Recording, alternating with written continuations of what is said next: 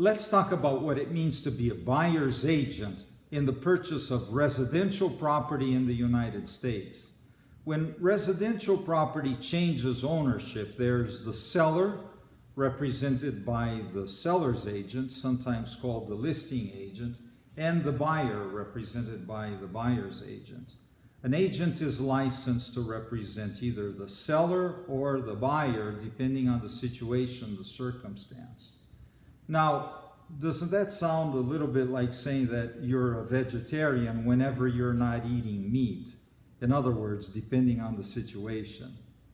That's why I thought it'd be helpful to talk about what it means to be an agent of the buyer.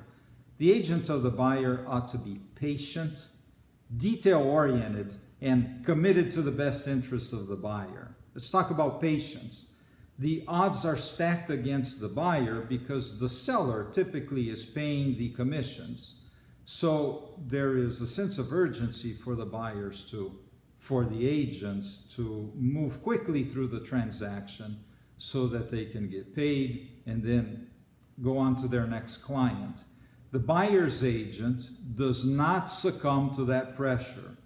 The buyer's agent is ready to buy only when the buyer is ready to buy, no matter how many properties they need to look at.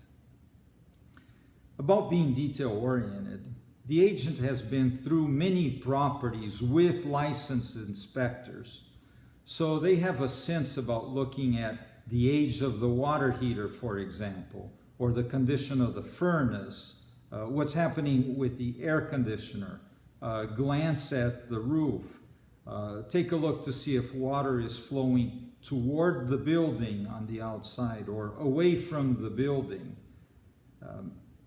Based on that kind of initial diagnostic view, you can determine if you're going to dig deeper into this property or move on to the next. By the way, a buyer is protected primarily through two steps in the transaction.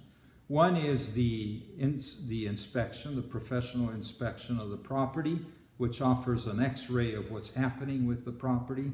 And secondly, it's the appraisal by the banker. It's a lender's view of how much the property is worth, and not the seller's notion of what the property is worth or the listing agent's notion about what the property is worth. And a buyer's agent is experienced in this process and can help guide the buyer through it. Finally, the buyer's agent is committed to the best interests of the buyer.